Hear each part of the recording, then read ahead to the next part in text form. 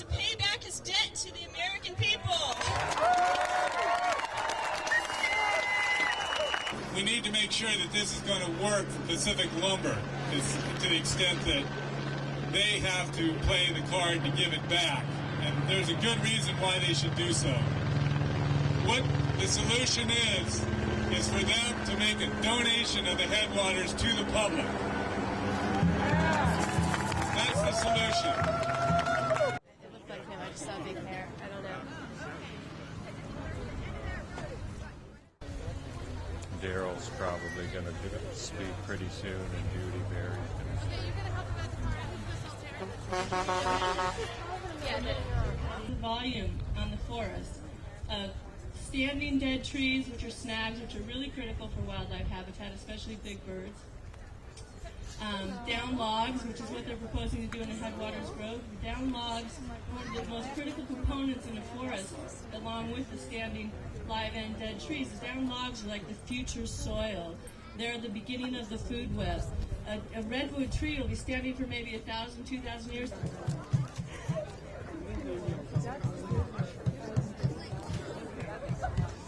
I've been an officer for 12 years and 3-year-old and a 6-month-old. Oh, really?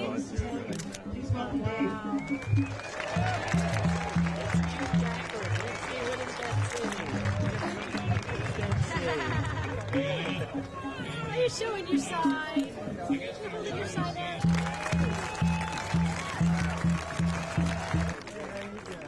You know, it's interesting that every day of the week, you know, it's business as usual in the local timber.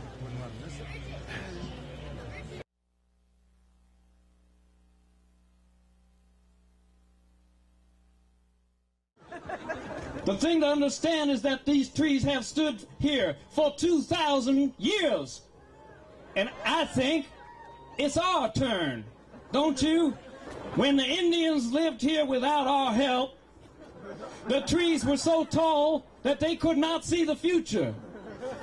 So we clear-cut that problem out a little bit for them and helped them a lot. Now, I know that some of our logging concerns are owned by larger concerns, which have other concerns, you see. So some of them have been clear-cutting the S&Ls, you see, and dealing junk bonds, you know. And I just want to say in parting that it's a big environment out there, but working together, we're going to make it human scale. Thank you. I'm actually in town to promote a movie. It's a movie about the wonderful job Charles Hurwitz and Pacific Lumber have done in sustainable logging. You may have heard of it. It's called Pulp Fiction.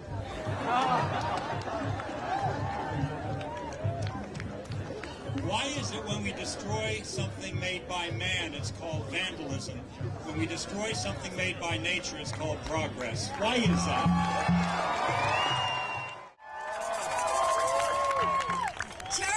Says he's willing to sell this forest, but he wants fair market value for it. This is really the ultimate in chutzpah for this man to talk about fair market value. He says he wants $500 million for this forest. First of all, he only put down $150 million for the whole company. Okay, now he wants $500 for this little piece of it. But secondly, as many other speakers have said, we already own this forest. He bought this in a junk bond scam. We bailed him out for $1.6 billion.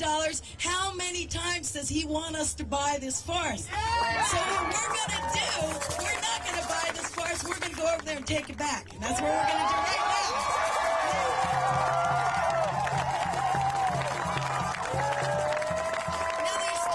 There's talk about a bill in the state legislature that the state's talking about buying this forest. They're only talking about buying the little 3,000-acre piece of it, Headwaters Grove, the most precious piece, the unentered primeval wilderness.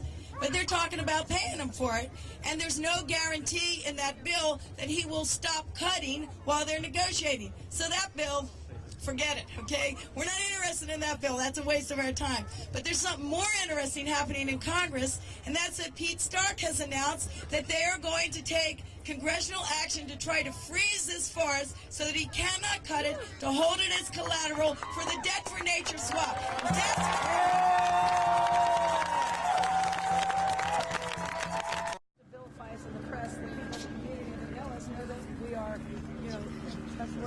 violence. We've been, we have stood up to everything you can imagine. That there's not much that we haven't done. Bombing at a park.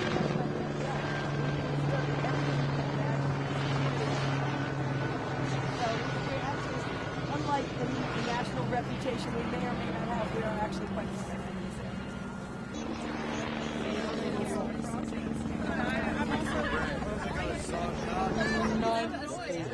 I'm going to bring this with me.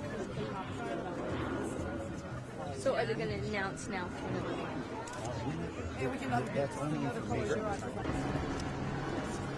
Police protecting us. So can we say herself?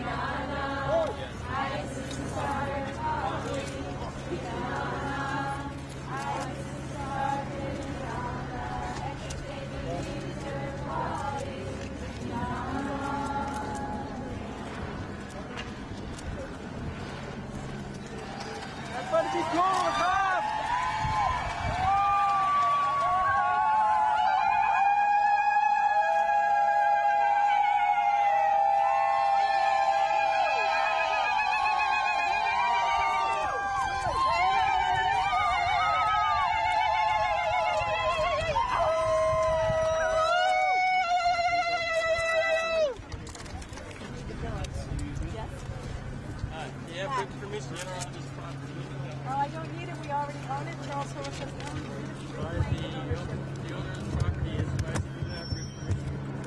So we are the owners. We are the owners. We are the owners. We can't be trespassing in our own backyard. We're laboring under a misconception that Hurwitz owns this property. Land belongs to everybody. One city.